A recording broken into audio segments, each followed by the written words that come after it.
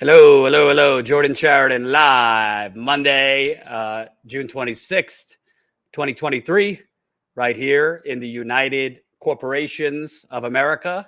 Hope everybody is having a good day. Had a decent weekend in these trying times. I had quite a night and day. My little peanut, my little daughter, she just when you think they're getting on a sleep schedule, they like to wake you up at 1:30 and then not go to bed for another hour. So was up once or twice this morning. Probably shouldn't have had whiskey if I would have known that my daughter was going to be waking me up all night. So I'm a little tired. Woke up at 1:30 and then again at 6. But a lot of people have much worse than I. So, and she's doing well, thankfully. So smash that like button, share this live stream. Big week here at Status Coup. We'll give you a couple announcements before when more people trickle in. Smash that like button, share the live stream so we can get this to more people. More people that press the like button, the more people that will see this very live stream. News going on as far as 2024, another train derailment, actually a bridge collapse, really, in Montana. So we'll get to that, where contaminants and hazardous chemicals went into the Yellowstone River. So that's fun. And we also have more protests at Cop City, which Tina Desiree Berg will be returning there for Status Coup this week. So we will be back on the ground from Cop City, but we'll update you on some stuff that went on there over the weekend. So exciting stuff. Of course, last weekend at the end of the week, as we covered, was the bombshell hearings in East Palestine, where we basically learned that, Norfolk Southern had no actual emergency reason to blow up all these cancerous vinyl chloride chemicals. So after that, I'm doing a little bit of follow-up investigation on that. I'm also doing some follow-up investigative reporting on the Kalamazoo paper mill. So stay tuned for that. Doing a lot of things on very little sleep. So thank you for your support. Again, smash that like button, share this live stream so we can get it out with more people. Also, now that it is officially summer, get to the Status Coup store. I want to see you all rocking Status Coup t-shirts, hats, towels, iPhone covers, yoga pants. Colin, do we have the United Poison State shirts yet? There we go. So we got our new line, which is all except for the Got Water one still needs to be added in, but the other two are officially in the store. Do you have them individual so we could zoom in and show the designs? I'll pull up the website here. Okay. So you could get your Poison States of America shirts. Definitely. It helps with revenue, but it also helps get the word out about Status Coup. Also a good conversation starter if you're shy, because people ask me all the time when I'm wearing my United Corporations of America shirt. Zoom in there if you can. So what does that shirt say?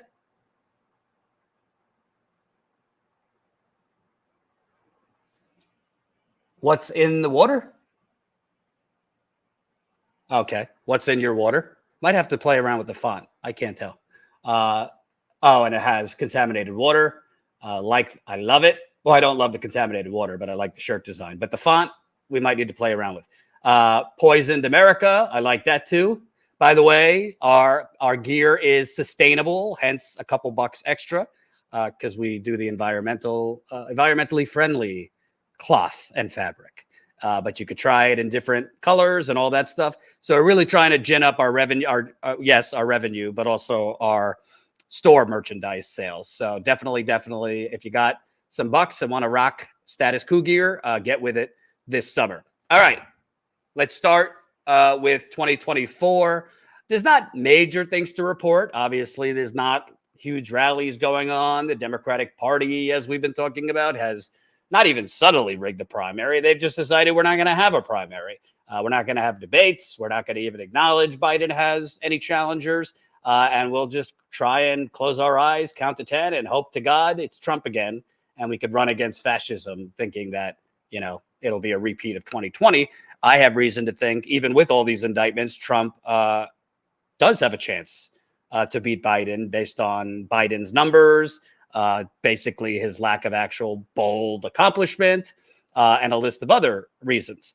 But as we've been covering, obviously RFK Jr., Marianne Williamson are in the race. The Real Clear Politics average, if you have that, Colin, RFK on average in the polls is about 14%.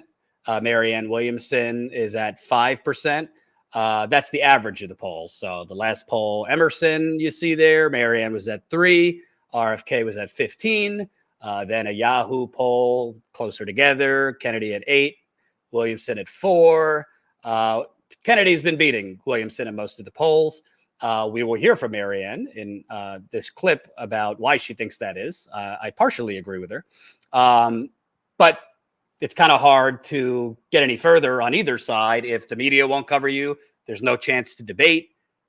Most people are not political diehards and are not watching all the independent media shows to get informed or get exposure either to RFK Jr. or Marianne Williamson. So Breaking Points recently had RFK Jr. on. We responded to that interview and poked some holes in it. And now they had Marianne Williamson on again today. And I found it very, very interesting. Marianne's comments when prompted to critique President Biden versus her comments when prompted to critique RFK Jr. I'm pretty sure you're going to see a difference. Colin, let's start with her answers on RFK Jr. Again, this is on Breaking Points today. And smash the like button. We got over 100 watching. Got to get way more than that. Smash the like button. Share this live stream. Super chats are appreciated. Let's take a look. Marianne, as you probably heard, we interviewed here one of your opponents, RFK Jr., and we asked him specifically about Medicare for All. And his response, and people can go back and watch the exact words, but I'm paraphrasing here, was effectively, in theory, I support single-payer health care, but I think it's politically infeasible. You just laid out a domestic agenda that many people, including people on the left, but I think more broadly, would really support, including universal health care, including universal child care, paid family leave, all of those things. But how do you get around the fact that, you're certainly going to have, even if you have basic control of the Senate, you're unlikely to have a filibuster-proof majority. You're certainly not even going to have all the Democrats on board with a more ambitious program of economic reform because of all the failures of the Democratic Party that you've laid out before. So how do you make such an important agenda actually politically feasible? Or is that a legitimate critique? Well, Bobby, when he was here, also said in that same interview, I think, I'm a free market capitalism guy. Mm-hmm. So I don't agree that his only problem with getting to Medicare for all is that he doesn't think it's politically feasible. There's something else going on there. So this whole issue of agency capture by pharmaceutical companies, insurance companies, big food, I certainly agree with that. But there's more to it than just getting them out of office. You've got to change the economic structure. And as long as the corporate subsidies continue, as long as the tax structure continues the way it is, of course, it will never be feasible. That's what Obama said before he went in. He said, I'm all for universal health care. Then, of course, once Democrats get in power, it's just not politically feasible. You were the one, Crystal, who I once heard say a phrase that just has stayed with me. We have been trained to limit our political imaginations. You don't lead from a place of what's politically feasible. A great leader leads from a place of this is what we need to do. Abolition wasn't politically feasible. The 19th Amendment wasn't politically feasible. Establishing the right of people to unionize wasn't politically feasible. The Voting Rights Act, Civil Rights Act, desegregation wasn't politically feasible. We have become a people who acquiesce so easily to just whatever we can get. That's what Obamacare represented initially. So that was her first. There's two parts to her responding to RFK Jr. I actually thought that was good. Because it's the same critique I have of RFK Jr., who, I don't know, put aside everything else with the vaccines and the Wi-Fi gives you cancer and all that stuff, which is kooky. He seems to be framing himself as an anti-establishment, go against the system guy. Obviously, that's kind of crazy since he's a Kennedy, which is the establishment. But there's no track record of him being anti-establishment. And he basically has a similar answer to Hillary Clinton, Obama, Biden, Pete, Kamala, yeah, it would be nice to have universal care in principle, but it's not practical or, it's not going to happen. Well, why limit the possibilities? I agree with her. An actual leader doesn't lead with what's not possible. They lift people's expectations, reinvent people's expectations. And I thought her answer was pretty good in terms of getting in the zing that he's for free market capitalism. I would have went a little further when she's kind of being passive. And, it seems like his opposition to Medicare for all is a little bit more than, it's not possible. He's a free market capitalist. I would have just said, clearly, he doesn't believe in universal health care because it's contrary and the antithesis to free market capitalism. The two don't match. So I thought that was a good critique she had of RFK Jr. that was fairly to the point and aggressive. Let's listen to the rest of her, particularly on RFK Jr.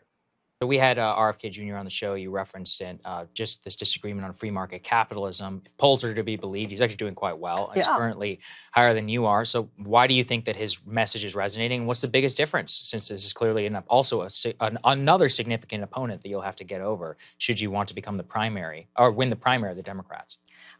I don't think it takes anything from his message. And it's not to show any personal disrespect. But he is a man and he is a Kennedy.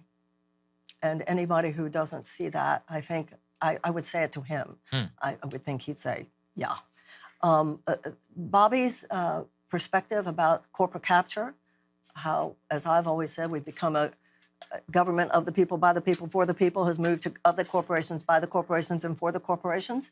He and I agree on that. I've been saying those things myself. We have deep disagreements about Israel. His comments about Israel, I was telling you the other day, they sounded like an AIPAC conference in 2005. His view of the border, his views of what we should do with the border, in some ways are almost right of Donald Trump. So Bobby Kennedy and I have some differences. To me, the worst forms of oppression that I want to talk about are not being deplatformed from Instagram. Sure. The worst forms of oppression that I want to talk about is the well-being of the average American person. During the 1970s, we had a thriving middle class in this country. The average American worker could afford a house, could afford a car, could afford a yearly vacation, could afford for one member of the couple to stay home if they wished, and they could afford to send their kids to college. There has been a $50 trillion, a massive transfer of wealth and wealth-creating opportunity into the hands of 1% of the American people. That's what I want to talk about. And I don't think fundamentalist free market capitalism, you sort of can't have it both ways. You cannot have a return to a thriving middle class without having a conversation about the fact that American capitalism, modern American capitalism, has lost its moral center. Let me ask you, though, because the fact that he's a man and a Kennedy isn't going to change. The fact that Joe Biden is a man and the incumbent president also not going to change. Yeah. So how do you reach the people? How do you change the polls? Listen, the American people should hear what Bobby has to say. I just want the American people also to hear what I have to say. And I'm very clear about the forces. Some of the forces that are making it very, very hard for me to be heard are also working overtime to make it very, very hard that he would be heard. But he has other megaphones. You know what I'm saying? I don't have the elite bros, oh, Jack. And when he was on this show talking about, Elon said and Jack said and Joe, and I don't have that crowd. So mixed bag there. And again, smash the like button, 200 people watching. Tell you the truth, I didn't really buy into the 2016 Hillary Clinton loss because of sexism and all that. Of course, sexism exists. I mean, it's not a secret. Does it affect female candidates to some degree with some people? Absolutely. But, there are female governors, there are female mayors, there are female presidents in other countries. Is there more sexism baked in certain areas of the country? Yes. But if Hillary Clinton was running on Medicare for all and didn't have a long track record of being a corporate vulture bought by donors, I don't think she probably would be president at that point. Still be president. She would be serving in her second term possibly. But I do agree with her. At the end of the day, a lot of RFK, if you look at the polls, a lot of his support comes among moderates and Republicans. And a lot of those moderates and Republicans are baby boomers, a little bit older, and tended to, when they first got into politics, a lot of them were JFK Democrats. Later on, kind of became Reagan Democrats and have kind of gone back and forth. They like Democrats of yesteryear, like JFK. Some of them liked Carter. And then as Democrats have continually abandoned the working class, they've moved to the moderate lane or right wing. And of course, a lot of them have been sucked in by the culture wars and other kind of edge issues like abortion. But on economics, they have always gravitated towards economic populism and, a message like the Kennedys. Remember, before RFK was assassinated, he was touring Mississippi, talking about poverty, those kind of things.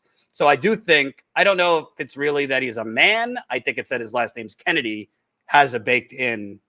It just has you can't get better name recognition than Kennedy. So if for those that are not diehard paying attention to politics, but are not in love with Biden, if they see a Kennedy as a choice, there's a certain proportion of people that probably don't know his policies that well and are supporting Kennedy because of that. Of course, there are people that are supporting him because of policies, his what he says he's for on Ukraine. There's a smaller slice, I think, that are with him over the vaccine stuff and other kind of conspiracy stuff. But she is not wrong that having the last name as a Kennedy, that's going to give you a significant advantage, particularly the fact that he's really not getting any traditional media exposure. Most of his media exposure is Rogan, independent media. He's not had a ton of interviews on cable news or broadcast news. So she's not wrong on that. And I think, you got to call a spade a spade. I think Hillary was trying to weaponize sexism to cover for her soulless, lifeless campaign. I think she's not wrong that sexism is at play here. I also liked she was direct. She wasn't equivocating about RFK Jr., which makes it very odd when we play her. You can't even call it really an attack. When you play the clips on her against Biden, it sounds completely different. So sticking with the RFK point, she hits him again on the free market capitalism. She hits him on he's to the right of Trump in some ways on the border. Hits him again on the fact that, that he's not for Medicare for all, that he's not for free public college, and that he's basically pushing pragmatism and establishment politics. And, the whole, we need to limit the possibilities to what's practical. So she's being a lot more aggressive and not pulling punches against RFK. Some might say, well, Jordan, he's leading her in the polls, so she has to go against RFK. Okay, but she's not really going to get media attention per se in big national media, maybe independent media. She's not going to get big national media attention by going after RFK. Again, the corporate media, cable news, the New York Times, Washington Post, AP, they're all in league with the DNC and Biden to pretend there are no opponents. They're not really going to cover anything unless there's major conflict and punches being thrown at Biden. That's what they want to see, because they want to give off the appearance of a primary. They want to give off the appearance of a closer race than there is.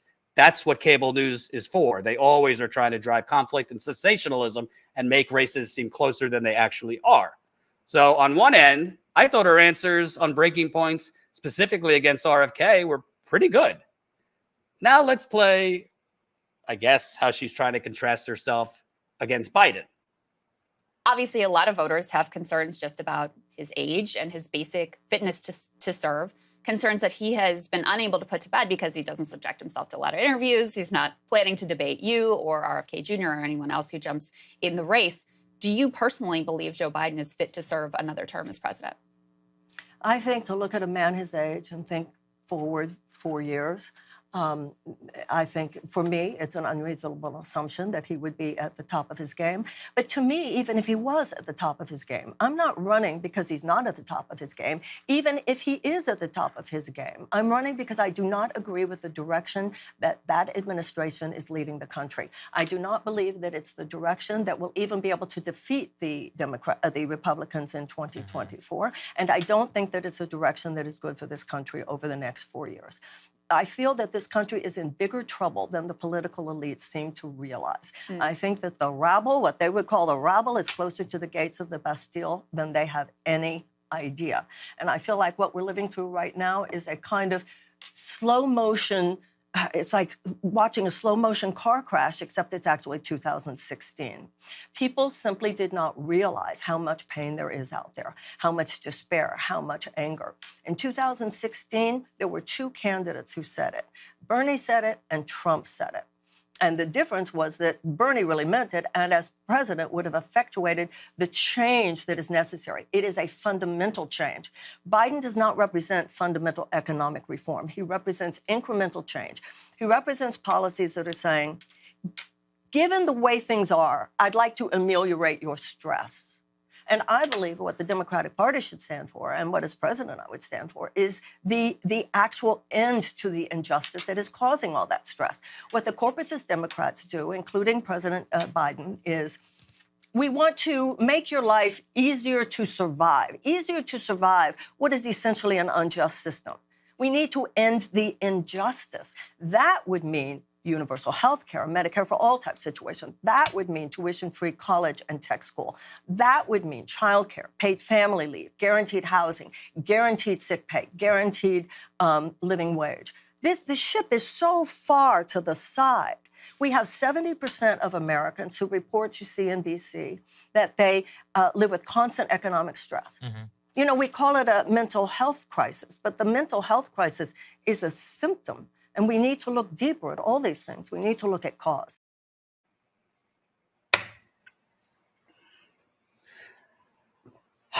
Listen, I met Marianne Williamson. I think she's lovely. I think she's genuine. I don't agree with her on everything. So this is not like to gratuitously attack her. But I don't understand why these folks are running, from Bernie to RFK to Marianne. I don't know who's advising all these folks. I know Bernie's people, advised him to take off the gloves, and he just didn't have it in him. But do you notice a difference between she did not pull punches when talking about RFK, but with Biden, she really quickly moved off the age question and basically spoke in kind of generalities the rest of the way. Before I get to why her answer on the age was bad, let me explain why it's so important to have an answer on this. Colin, if you have the tweet from Steve Kornacki, Biden remains a very vulnerable incumbent. Steve Kornacki is with NBC.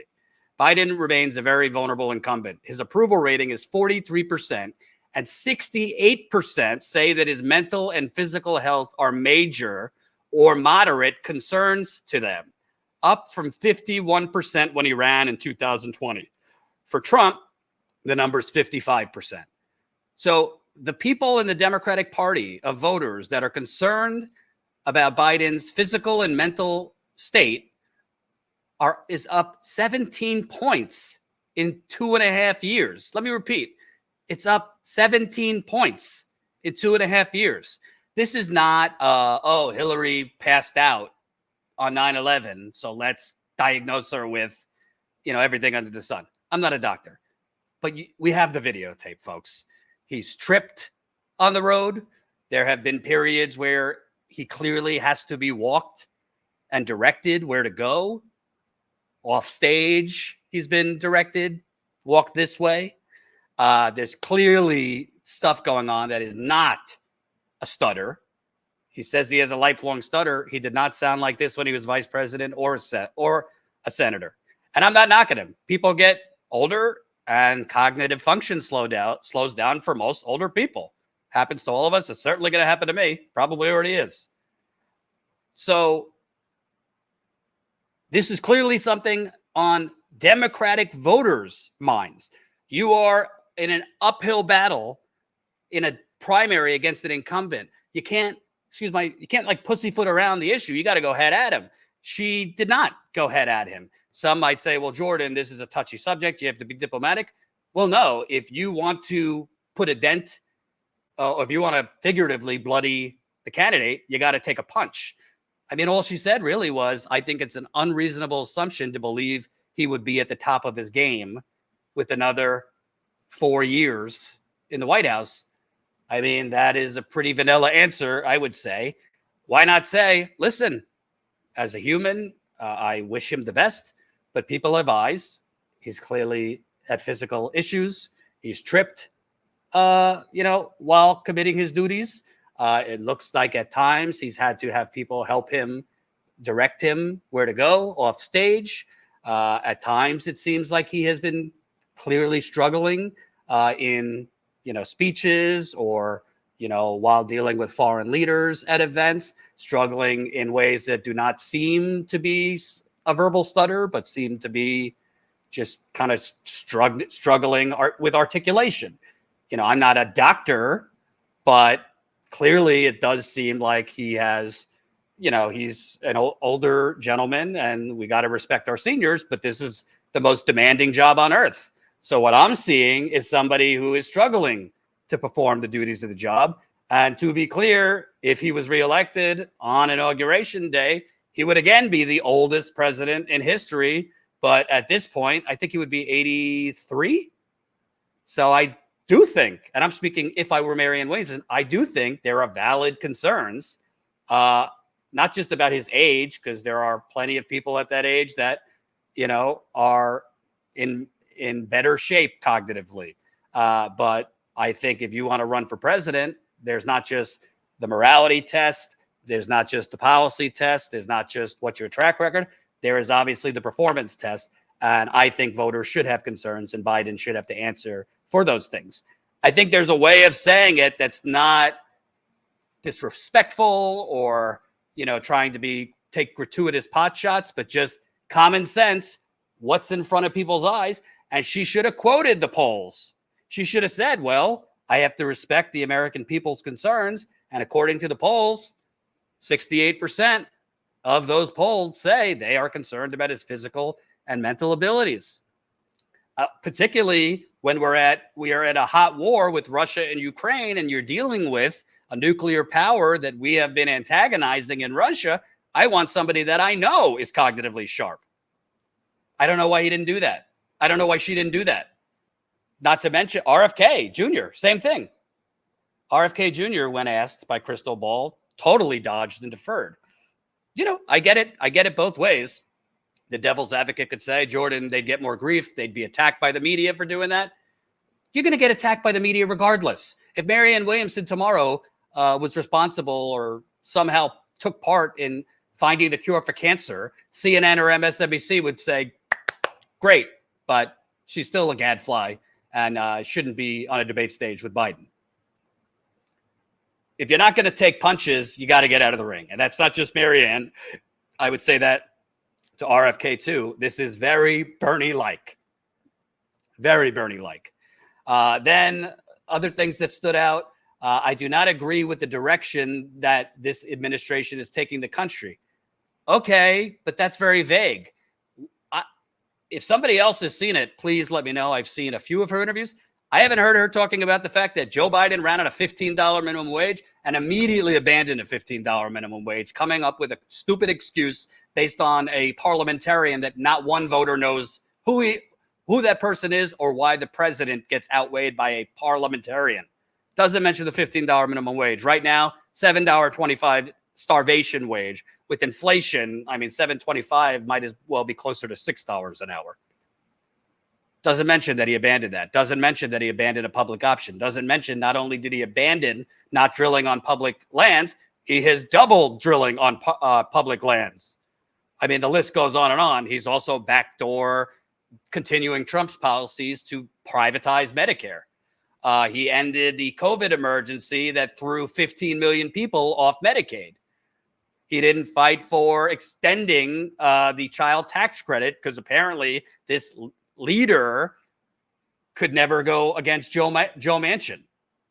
So she's talking in generalities, but she's not naming the specifics of the broken promises and the fact that a $15 minimum wage now is not even enough. That's a conservative position at this point. I mean, with Bernie, you did not have to worry about that. He was on message, Medicare for all, free public college, Medicare for all, free public college. And he was on message what Biden's policies were or were not. So I'm not really hearing from her anything specific on what Biden has done that is of what he has failed at and how she would correct it. What executive actions would she take specifically on wages, healthcare, climate, et cetera, et cetera? How would she get around the legal challenges? Or obviously you're going to expect legal challenges. So what do you have to say in response to potential legal challenges? I mean, these are not hard things. I don't know who is advising her on her campaign or if she's just not taking the advice, but you got to be more specific and you got to have straight up talking points.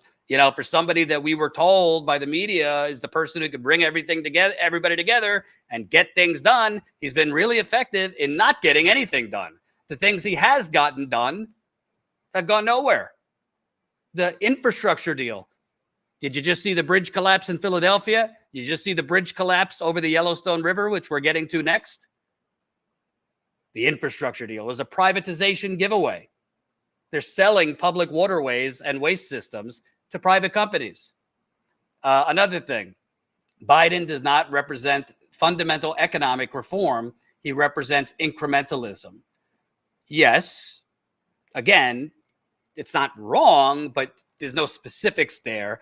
And I think she's lacking kind of, I think she's basically doing what Bernie did. I think she's trying to critique him in a way that's not like over the line, punching him in the face.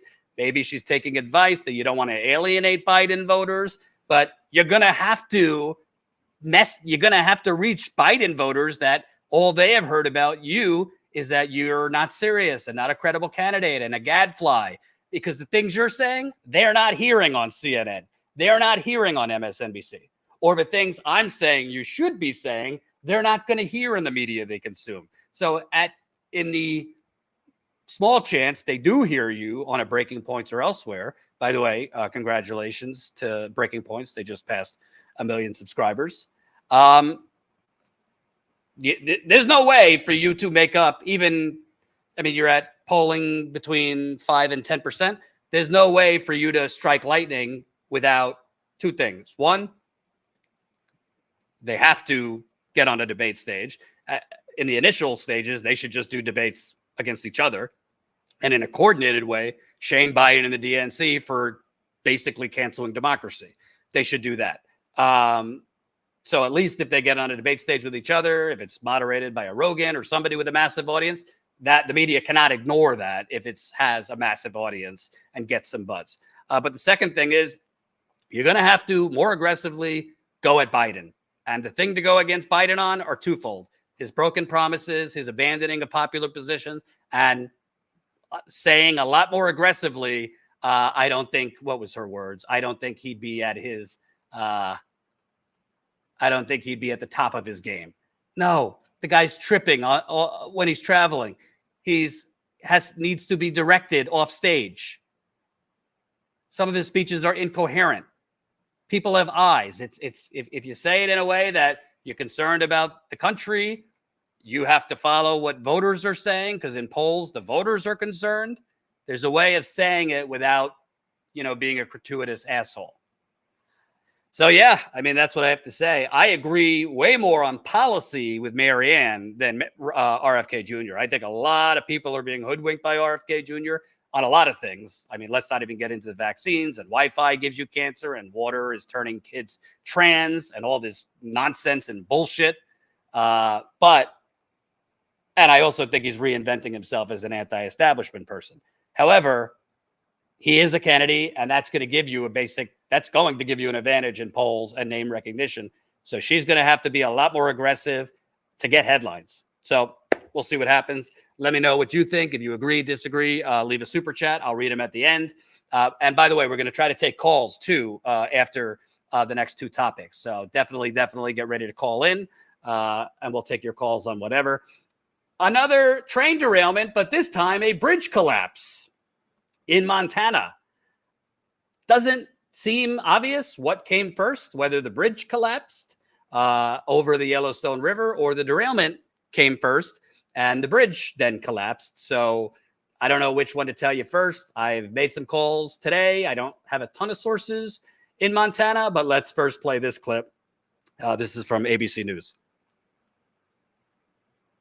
Officials say they worked overnight to remove the most hazardous of the materials from that train, a flammable and toxic substance called sodium hydrosulfide. You can see the workers beginning to line up for the day here. Now, rail officials say that early Saturday morning, a train was going over the bridge, over the Yellowstone River, when the bridge collapsed. 10 rail cars derailing, 7 of them tumbling into the Yellowstone River, several of those dumping that molten sulfur and asphalt into the river that is considered one of the most pristine in the lower 48. This, of course, the latest rail derailment in the U.S. Now, the rail company says that so far no environmental impact has been detected, but towns downstream from here, including Billings, which is the biggest city in Montana, have stopped drawing possibly contaminated water from the river.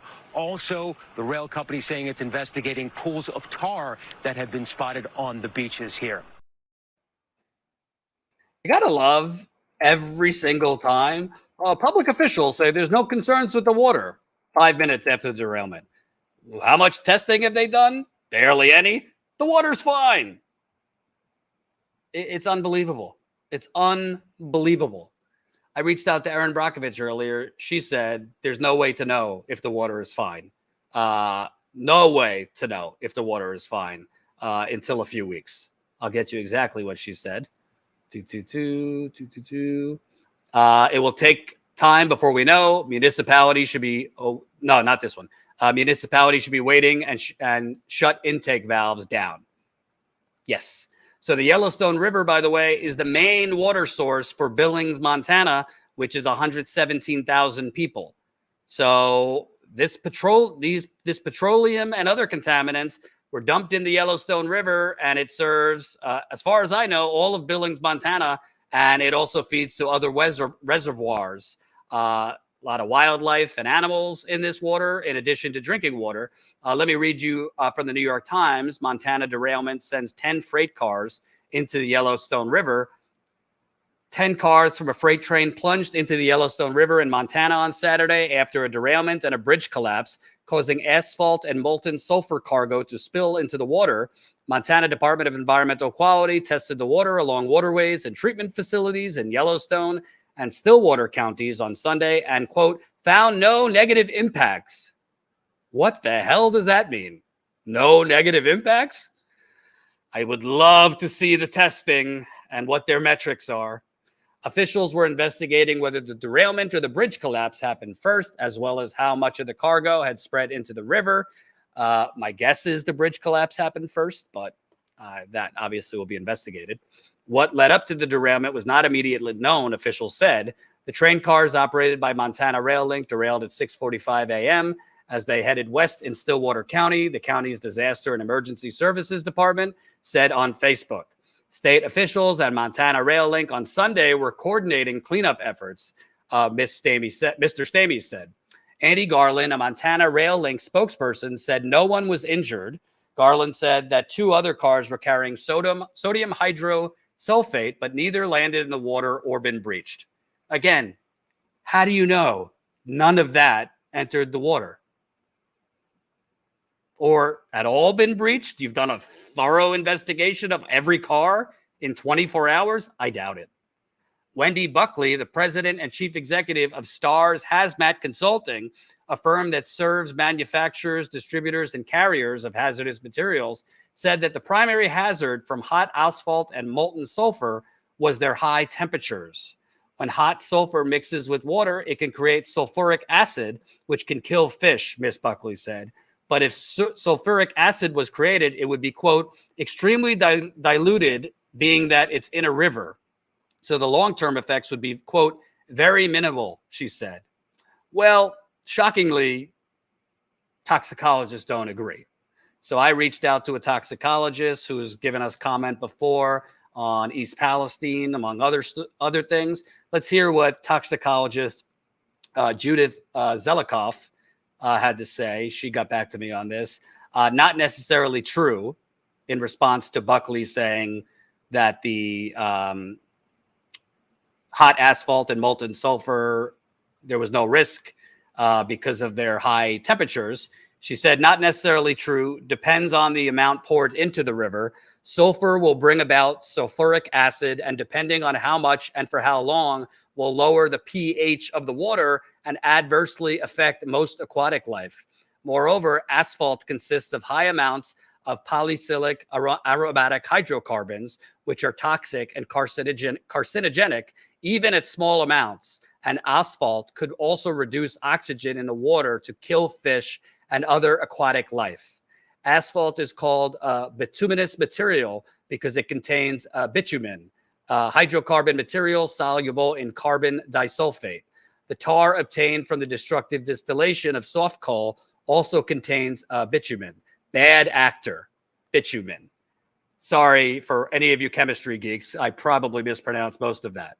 But I think in English, what she's saying is what this hazmat company that seems to be a distributor for the trains and manufacturers. So I'm not really sure how much I trust that comment. But of course, the New York Times go-to person was, again, a firm that serves the manufacturers, distributors, and trains.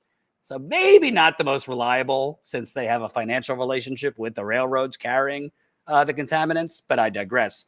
What Judith is basically saying is that's not necessarily true.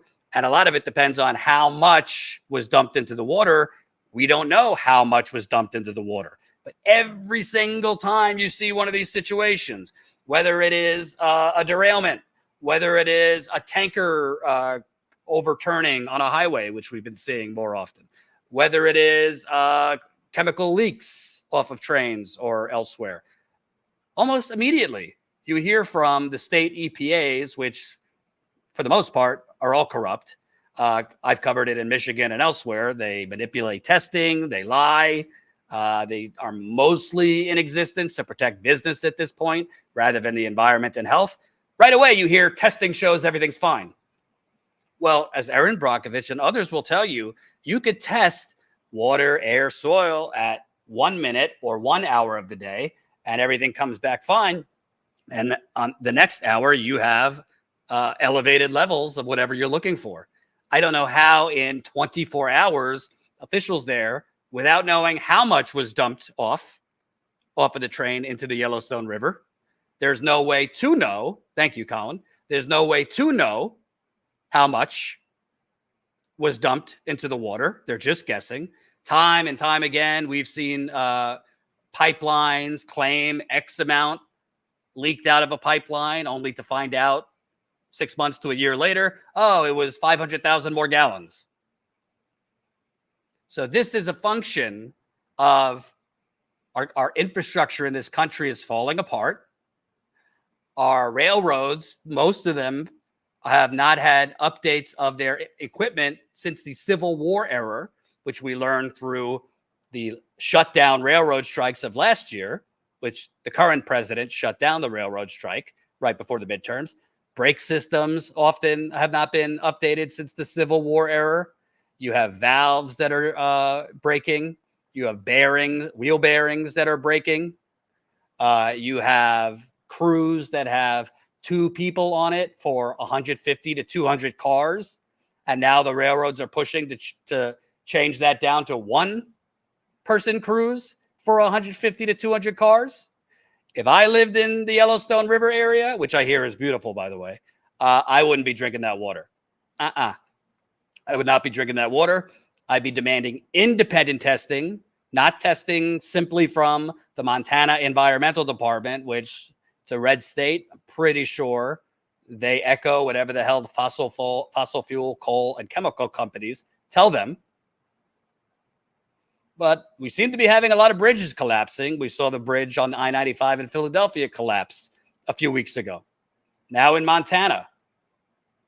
I mean, I'm not trying to scare anybody, but we're not like out of the realm of possibility. Could you imagine? I mean, some of the busiest bridges in America, much less the world, the George Washington Bridge in New York City, the amount of pressure and weight that is bearing on that bridge, you know, every single hour, every single day. It's not, unless there's major upgrades to our infrastructure, it's not beyond the pale that you could have much bigger, busier bridges collapse within the next 10 to 20 years. So I'll keep following up on this, but according to the toxicologist that we've gone to a couple times, she's a professor at NYU. She's saying what the New York Times just quoted is not necessarily true. It really depends on how much went into the water, and we don't know how much went into the water. So if you live in Montana, if you live in this area, if you know anyone that lives in this area, obviously the initial information we get a lot of times comes from residents and activists. Feel free to reach out to us if you're there. If you've been affected, send us an email, info@statuscoup.com, info@statuscoup.com. Really appreciate it. Moving on, and smash that like button. Announcement, Wednesday, Tina will be returning to Atlanta for her second trip covering the protests against Cop City. She was there 2 months ago, I believe. Right now, there is another week of action going on. These trips are very, very expensive. As you know, Lewis has been to East Palestine 3 times over the last few months. I was just back in Flint and Kalamazoo. We're sending John Farina places around the country too. So we need your help, particularly for this trip and the next few trips. We've had some extra expenses recently. So if you can, we're going to try to fundraise specifically for this trip. Any amount makes a huge difference. The link is in the super chat. As you know, there's a lot of outlets out there that don't really cover this stuff, much less go out in the field.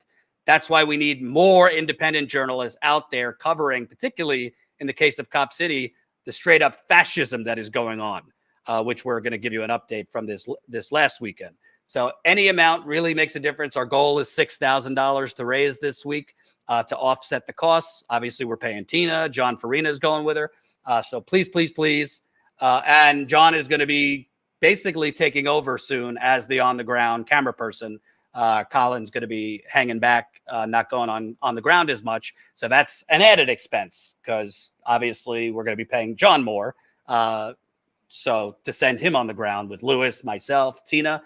So we're not the Federal Reserve. We don't have money growing on trees. So there's 2 ways you could help specifically for this trip. StatusCoup.com/ I think it was fund the trip. The link is in the description. And sign up today to become a Status Coup member. StatusCoup.com/join. We would love to gain more members for June. Last month, we had 130 paid member signups. This month, way less. We haven't been on the road as much this month, but we would love to get those numbers up. So if you're not yet a Status Coup member and you value and want to see more on the ground, in the trenches, investigative reporting, please consider signing up. StatusCoup.com/join for $5 to $10 a month. All right. Last story, Cop City. Over the weekend, there were events for Cop City, also mourning the murder by Georgia police after they tried to cover it up of environmental activist Tortuguita, who was killed and assassinated by police who shot at them. I think it was in January, and then pretended that Tortuguita shot at the police first. That came out shockingly to be a bunch of bullshit. The independent autopsy showed that Tortuguita was shot dozens of times with their hands up. Let's play the first clip, Colin. Yeah, I pray for everybody. This is a spiritual fight. This is a spiritual fight because those people, they believe that they win the war. We have to take our power. One of the things that I said, boycott. We have to boycott them. We make them rich when we buy Coca-Cola. We make them rich when we buy McDonald's. We make them rich when we buy Home Depot. And I believe if we stop buying those companies, for us it's not difficult to fast any company because we have this purpose in life. So we can defeat them. And using our mental power, because we have power inside. We have power, and we have power here too. If we buy anybody something, this is our power. We give it to them. So that was Tortuguita's mother.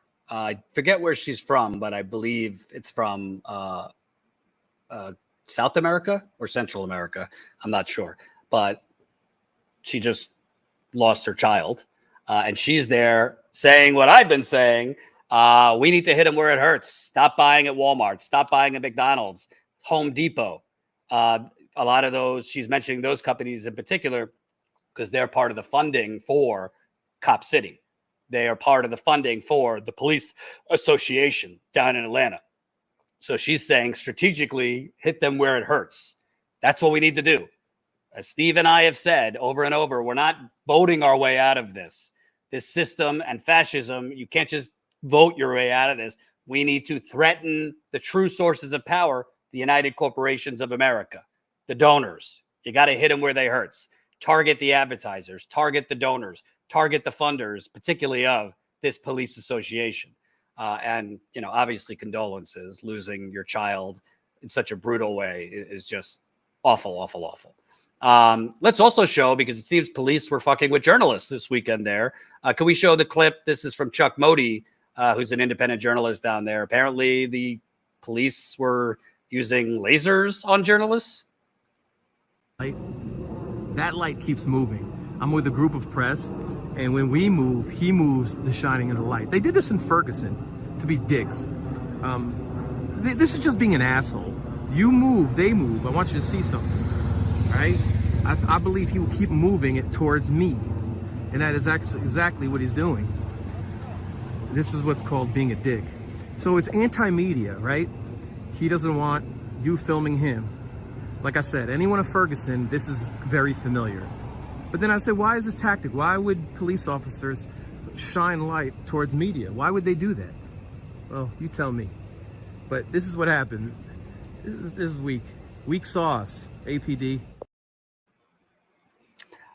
So they, in addition to arresting nonviolent protesters for anything and charging them with domestic terrorism for months, and in many cases leaving the protesters in jail for months, which is insane and fascism. Biden isn't doing anything about it, not surprisingly. Raphael Warnock, who's a senator from Georgia, John Ossoff, who's a senator from Georgia, both Democrats. We were told we need to elect them in the runoffs in 2020 to save democracy. They ain't doing shit about it. They've come with weak-ass vanilla ice cream statements on all of this. And I don't even think they said anything about the assassination of Tortuguita. And now you have the police. I mean, it's beyond being dicks, although I love Chuck calling them dicks. This is harassment of journalism. You're not supposed to interfere with journalists doing their basic job, which is to hold you accountable.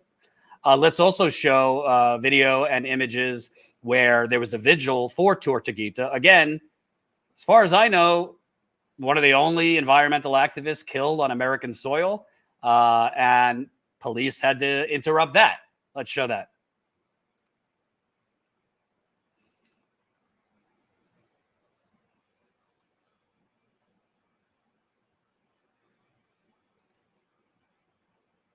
Or did you want the video? Yeah, the video. Okay. Viva, viva, Tortuguita! Viva, viva, Tortuguita! Viva, viva, Tortuguita! Woo! Black 12!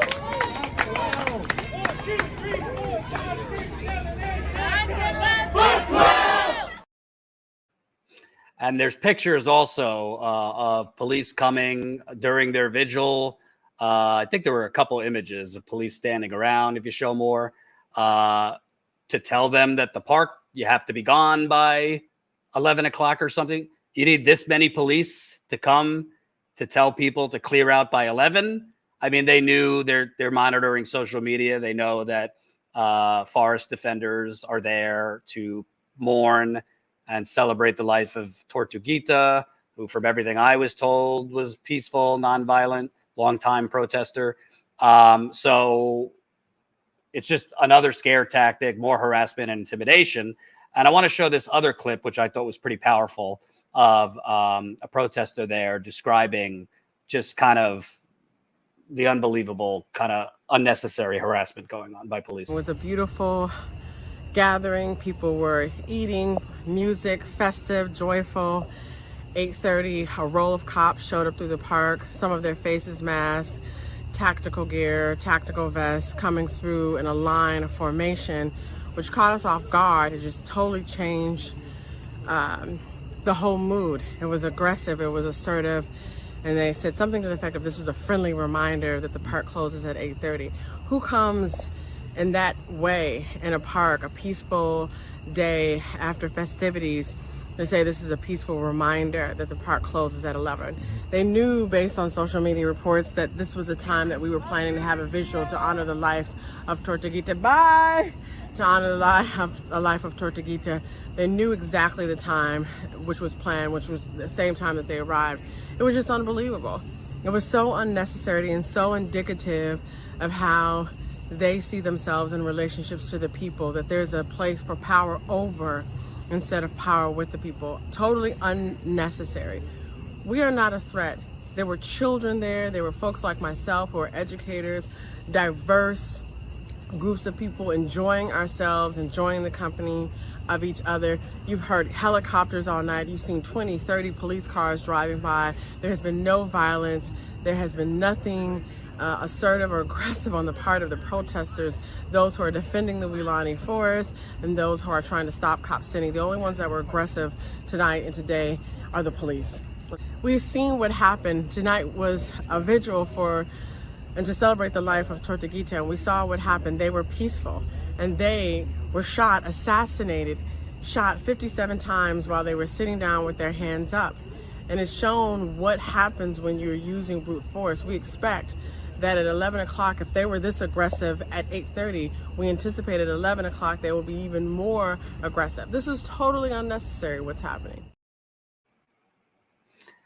And also totally stupid. If we could show the Axios stories, basically Atlanta activists have gotten, they've gotten the green light to now collect signatures to try and get Cop City on the ballot as a referendum in the next election. And right now, I think there's a good chance Cop City would go down in a referendum. So I'm not a cop, but if police continue agitating and rounding up protesters and harassing them and trying to disrupt vigils for a protester the police assassinated, you're probably gonna, push more and more people that possibly aren't against Cop City over to the against column. So why don't you just leave these people alone, let them protest, and let it be? But of course, they're not going to do that because this isn't really about safety in the community. They're actually building this next to a predominantly Black community that doesn't want it there, because all of this shit tends to be built on top of the backs of Black and brown people and indigenous people, or now poor white people are getting it too. But if it's going to be on the ballot as a referendum, you're probably screwing yourself further if you're the Atlanta police by pissing off these protesters and activists even more. It's just, it makes no sense. So I'm really, really happy that Tina is going to be going back down there. Of course, we're doing our best to cover it from afar, but there is no substitute for being on the ground. She did incredible work last time. We never know what's going to happen. It could be generally peaceful when she goes there. She'll be there Wednesday through Sunday. Could be peaceful, and, we'll have great interviews and updates. Or there could be, some rowdiness. But Tina obviously is fearless, and she'll be there. And once again, if you can, any amount makes a huge difference. These trips cost money. We pay Tina, John, the cameraman, flights, hotels, rent a car, everything costs a lot of money. So if you can contribute for this trip, statuscoup.com/whatever that was. It's in the description. Statuscoup.com/trip funding. Yes. Right there. And actually in the chat there, we got our first donation for it. Oh, thank you. Thank you to I don't know who donated, but thank you. And we will. It's in the private chat on StreamYard here. Private chat. Oh, thank you. Arlene just donated $100 to the trip. Thank you so much. Keep up the great work on the ground reporting. Cheers, Arlene from Milwaukee. Thanks for getting us started, Arlene. Really appreciate it. All right, I want to take a few calls. Won't be long because I got daddy duty soon. So call in to the number. Don't make me wait. Last time I had to wait for the first person. Talk about whatever you want. Let me go set it up. Colin, if you could put up the number for people to call in. Make sure you're not like talking to me on speakerphone, or you don't have the show on in the background. We don't want to hear an echo. All right. Ready to connect. 2 seconds to connect. Hold on.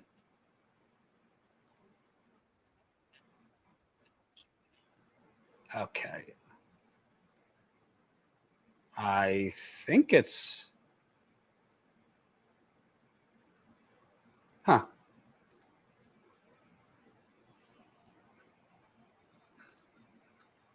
let's see. Share my screen. Is that what you need, Colin? Yep. All right. All right, Leslie, you're up.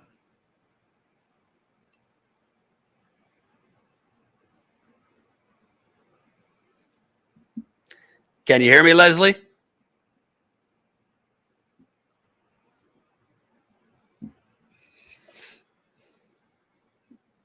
Actually, it looks like you're not connected fully yet, Jordan. Oh, okay. You have to hit that ready button. Ready to connect. Click connect to show now. And then connect to show. You are connected as the host.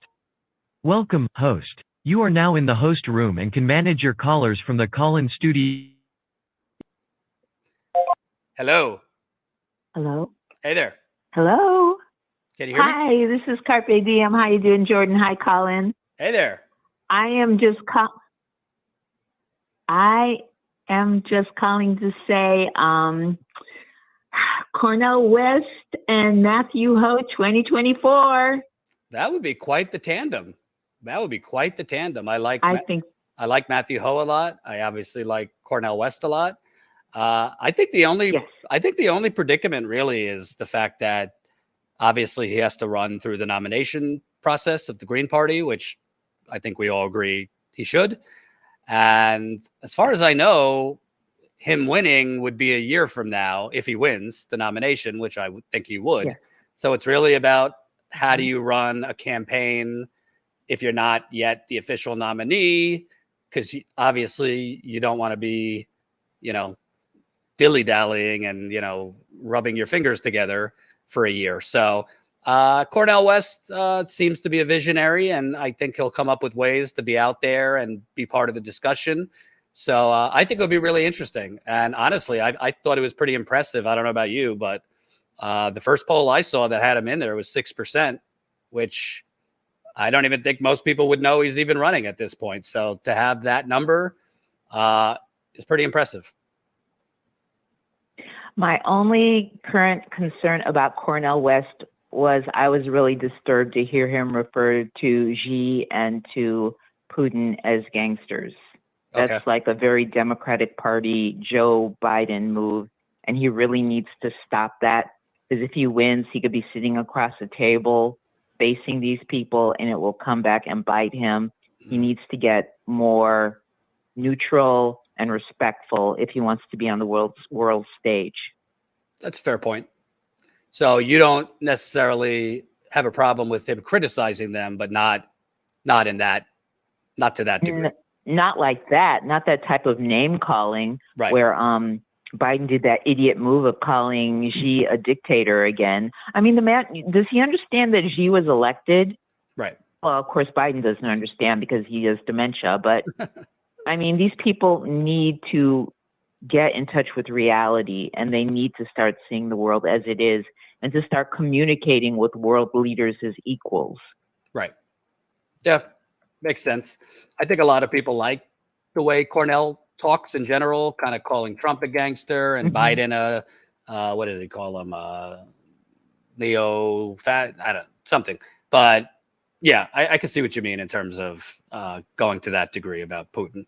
But he might be trying to placate, the normie Dem crowd a little bit on that too. So, but if that's your only grievance with Cornel, that's not bad, because I think overall on policy, and I think also inspiration, I think he has a little bit of that Bernie dust from 2016 kind of raising people's expectations, raising people's hopes that for a long time have felt like deflated balloons. I think we need more of that. I think the key will be, what is he going to do for the next 6 months to a year? I'm hoping, and when I interviewed it sounded like he was planning on it, is for him to be out there with those UPS workers who are about to go on strike, him to be out there with protesters, him to really be out there and visible. And as I covered today, I don't see anyone really going at Biden and willing to throw a punch. RFK has kind of... I'm curious. Go ahead. Oh, I'm curious who Bernie will back. Will Bernie back Biden? He already has. Where have West? you been? He already endorsed Biden.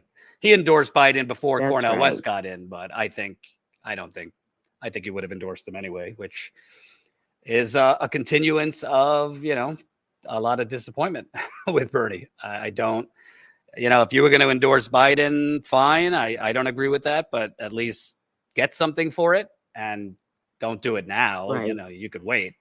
So I don't exactly know what the point of endorsing Biden is now. I don't think Bernie has really gotten anything for being so diplomatic with Biden. Biden abandoned a $15 minimum wage. He abandoned a public option. He abandoned, he's basically lied about drilling on public lands.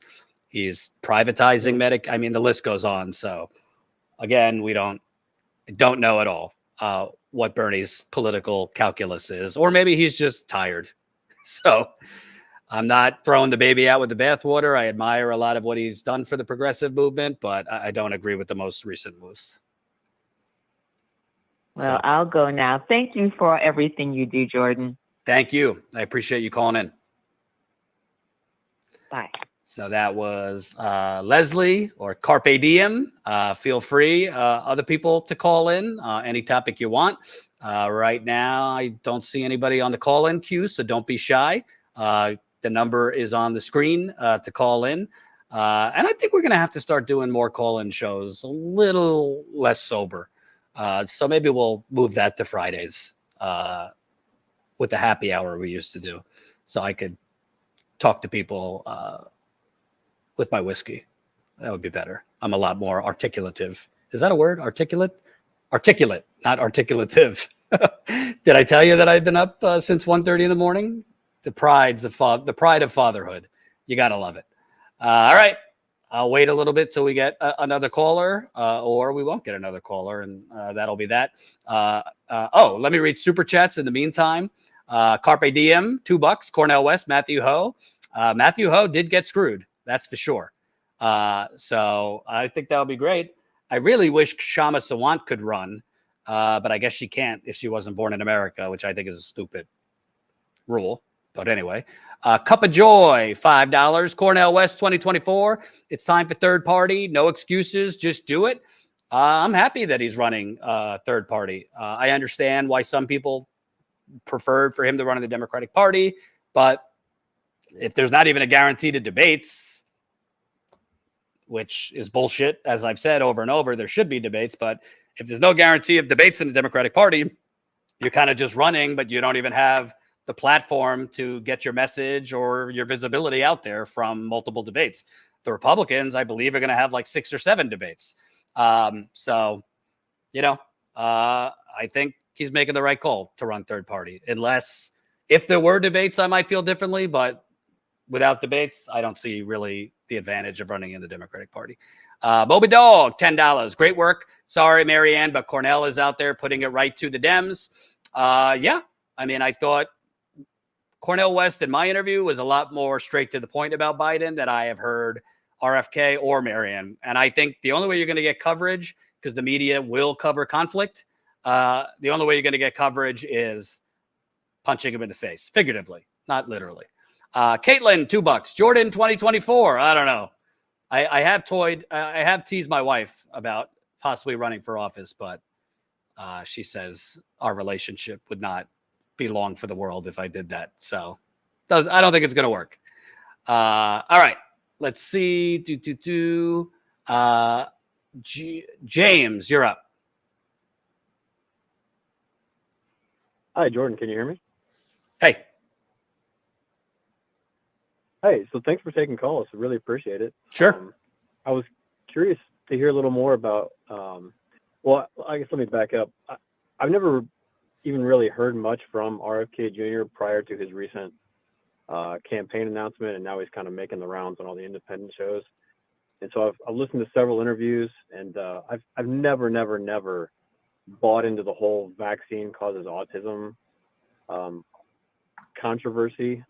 But so I listened to his interview on Rogan, and I got to say he's kind of convinced me that there might be something there. And so I'm curious to hear from you. You say it's been disproven, and I'd like to just read a bit more about any like credible sources of how it's been disproven and how he's wrong. I was hoping you could maybe shed some light on the credible sources on where these theories have been debunked, because he seems pretty confident in his position on that. Well, there's a difference between being confident in your position, and I mean, there's a lot of people with bluster. His approach just seems to be when other people point out like study after study after study, his response, from what I've seen, has been, I think on Rogan, he said the studies were designed to fail. I think he was talking about ivermectin. So like, even when Rogan was like, well, there's a lot of studies that show ivermectin wasn't effective for COVID, his response was like, well, they were designed to fail, which I mean, you could think that, but that's not really evidence. There is, I mean, I don't have a list. If you want to email me at info and just call her, I could send you articles because I saved them. But yeah, I've read a couple articles basically that are just thorough debunking of his stuff about thimerosal in vaccines, him misrepresenting facts about vaccines and autism. In particular, he wrote a piece for Rolling Stone and Salon, I think 15 years ago, and basically like disingenuously cut and pasted a lot of things from a conference that was his claim that, look, the people at the conference are even saying there's a link, but he actually like twisted words and selectively cut and pasted instead of direct quoting them. So if you want, you could email me and I'll send you those. But the stuff I have read seems pretty thorough that there is no data or link to support vaccines having any link to autism. Also, the fact is he tries to make links that there's been this increase in the diagnosis of autism where it's, researchers have said, no, there's just more awareness of autism now than there was 20, 30 years ago. Also, the stuff that he has been fixating about that are troublesome in vaccines were removed from most vaccines like 15 to 20 years ago. So he's good, I think, at kind of conflating conspiratorial, I don't trust what Big Pharma and the government says, and tapping into people's, in many cases, rightful distrust, but not actually providing any evidence to back it up. So if you want, I don't have it on me at the moment, but if you email me, I'll send you the articles that I read. And I mean, you could believe it or not believe it, but the data that autism has increased over the years, there's no link to that having anything to do with vaccines. There is research that there's just better diagnostic testing and more awareness about autism. So I also think separate from the vaccines, there's a lot of other shit he's saying that just, I'm sorry. I mean, the Wi-Fi causes cancer stuff. There's no evidence of that. His latest gem basically saying, well, testing in frogs showed that water was turning male frogs into women. So therefore it is happening. Atrazine in water is turning male children trans. I mean, that also is not true. There's been transgenderism for centuries, long before atrazine was even existed. So I think I think he has a reason to have a conspiratorial mind. There's things I agree with him on that I can't really get into on YouTube for fear of getting kicked off. But let's just say I think he's right about what happened to his uncle. I think he's right about what happened to his father. I think the government was involved, clearly, and there's evidence for that. And I think if I had his upbringing and experience of loss and that kind of corruption, evil corruption, I would not trust the government, and I would be prone to thinking we're being lied to, and we are being lied to in a lot of areas. But I tend to take things more case by case, and I look at every situation individually rather than just immediately thinking we're being lied to. And I don't see.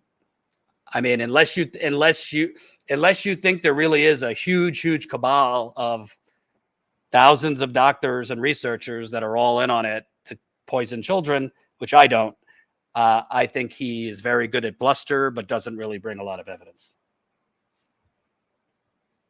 That's fair. And I'll shoot you an email and read whatever articles you can send over. I'd appreciate it. Sure. And I'm actually, by the way, I'm less, at least one thing. I'm less focused, by the way, on the vaccine stuff and all that stuff. I'm more focused on, I think he's pretty establishment and is reinventing himself as a populist, which we saw how that worked out. It's definitely concerning that he's backed Hillary Clinton in the past so many times. That's a red flag for sure. Yeah. I mean, listen, I can't get in his head. I assume his position on Ukraine is genuine. However, if you are so anti-war, I would want to hear your number. Okay, what's your plan for the military budget? 100 billion, 200 billion, 300 billion, half? How are you going to do it? How are you going to stay alive if you try to do it? I mean, let's be real. What is your plan for the bases all over this country? All over the world I think we have almost 1,000 bases all over the world, not to mention the contractors and mercenary troops we have. The Pentagon, apparently doesn't need to pass an audit for the last 20 years. So there's a lot of things that he's getting kind of credited as anti-war that I'm not so sure he's anti-war. I've also heard him speak about China. And it seems to me he's kind of one of these people, well, not Russia, but we do need to be concerned about China. And okay, well, if you're anti-war, maybe we should be cooling down the language about China too. So, on the other stuff, I mean, for me, Medicare for all is number 1 or 2. So when I hear someone say, on principle, I'd like it, but I don't think it's really practical. I mean, that's really no different than the stuff Hillary Clinton said in 2016, Biden has said, Obama has said. I mean, I'm not going to support somebody who's just, eat your broccoli when we could have a lot more than broccoli in this country. So I understand. I think he's getting the benefit of anybody but Biden, which a certain portion of the voting base wants. And I think a lot of people are very much against our involvement in Ukraine. And he's been strong on that. And Marianne Williamson, in my opinion, hasn't. So, I understand if people support him, but I'm also troubled. I get trying to, message to the other side, but there's a little too chumminess between him, Steve Bannon, Roger Stone, some of these right wingers who are responsible for some serious shit in this country. I have no problem if you're trying to message to Republicans too, but I do care if you're associating with some batshit, ghouls. So we'll see. I mean, I think he should be on the debate stage. He's polling better than anyone. So whether I'm for him or not, I'm consistent that he should be on the debate stage. Yep. All right, much man. Agreed there. Thanks for calling in. Thanks, George. Sure. Let's see. I don't know. Arcos, you're up. Hello. Hey there. Can you hear me? Hi. Hey. This is Penny in Minnesota. Hey there. Just found out. I just joined you a couple weeks ago, and I've just really appreciated your perspective. Oh, thank you. And I want to give a shout out to Minnesota. We just had our Pride Parade and Taylor Swift, and everything went smoothly. I know Governor Walz has been trying to do some good things. I was disappointed, though, about our Nurses at the Bedside Act because Mayo Clinic shut it down. The nurses were going to be able to have a say in staffing, and they threatened to pull out of a multi-million-dollar project if the governor passed it. I saw that. So that was kind of disappointing. And the Uber drivers also lost out. But I had a question about Christian nationalism and your perspective, because I came out of that cult, so to speak, in the last couple of years, and then I started listening to, CNN, and then found independent things, and then I'm really confused. But when I hear the Republicans talk about things, it doesn't startle me, because I've heard that kind of rhetoric my whole life. So and then I hear certain Democratic candidates, I'm Baptist, or I'm Catholic, or and so how do you, even Cornel West is Baptist, and how do you separate those candidates from, are they also part of the Christian nationalists but not saying it? Do you know where I'm going with this? Do you understand my point? Yeah. Listen, I don't care if a politician is religious. That's fine. Anybody could have their personal beliefs, and, it's might not be my cup of tea, but whatever needs to get you through the day. When you start kind of mixing it into your policy ideas or trying to impose certain things, obviously we see, Texas right now is trying to make the 10 Commandments, mandatory teachings in public school. So apparently we can't even mention gay people anywhere in school, but we could force the 10 Commandments on public school kids. That's where I'm totally against it. I'm totally against, I'm pro-choice anyway, but I would be, your religious beliefs have no bearing on public policy or government. It's supposed to be in the Constitution, that separation of church and state.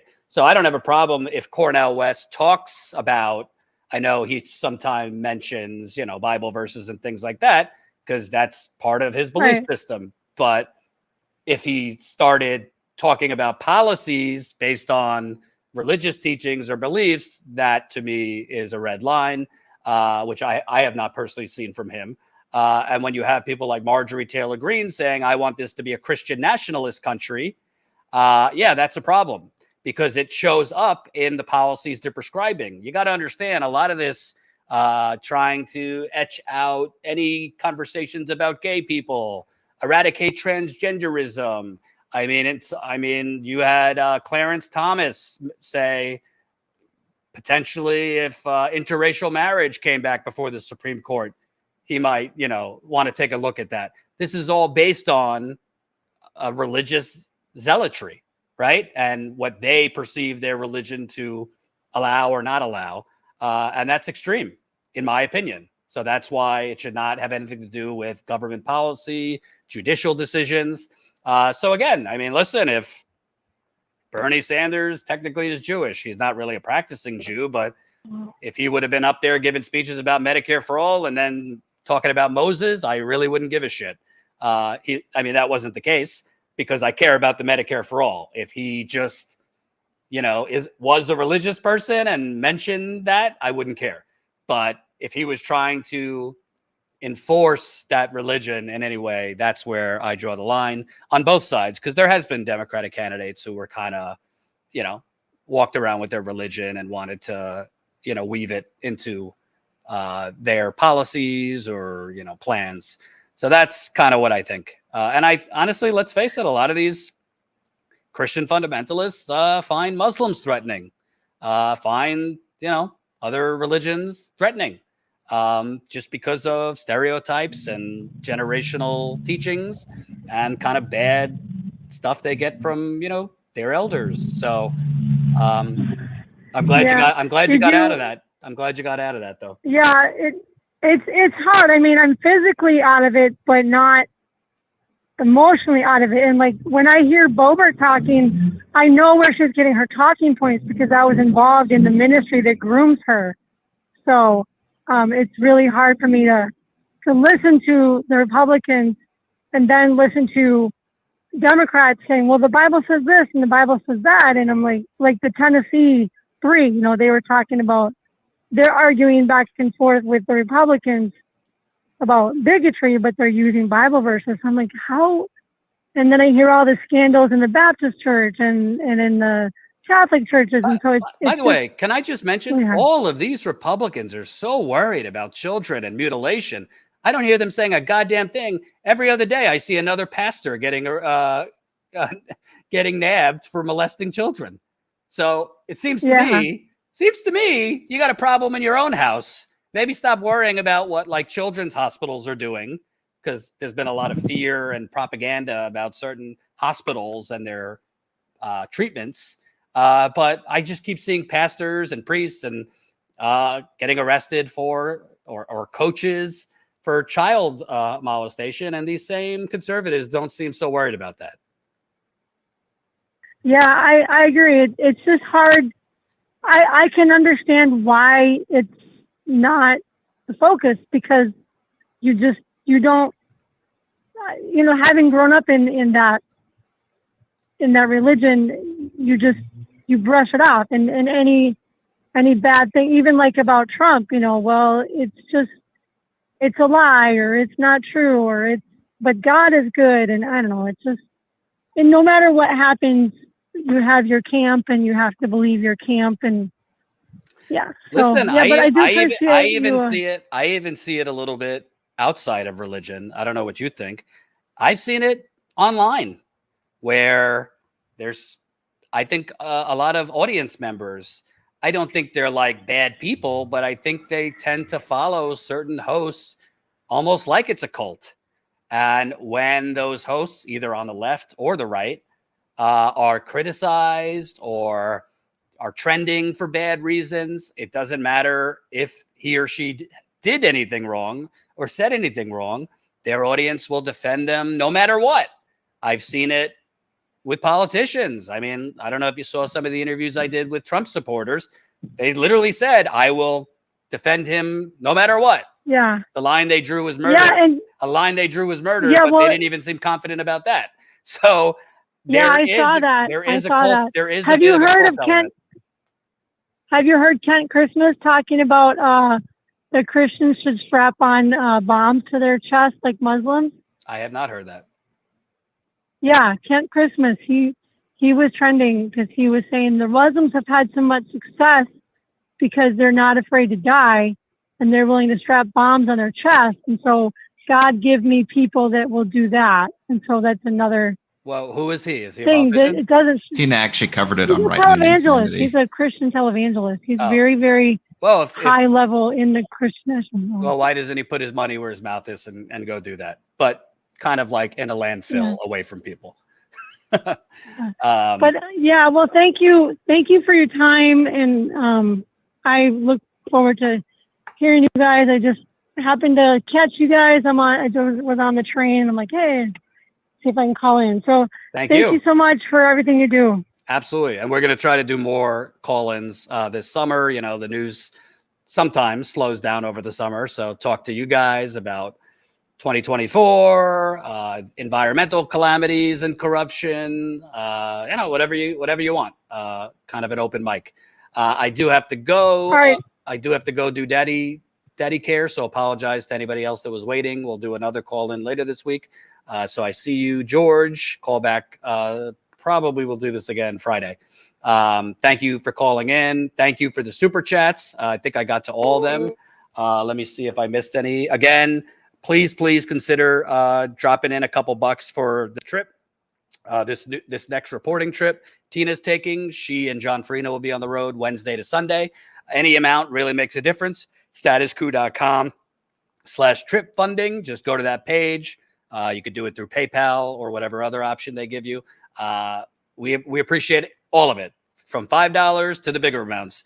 It really, really helps. This trip will probably cost between Tina, John, flights, hotels, car, probably $4,000 to $5,000.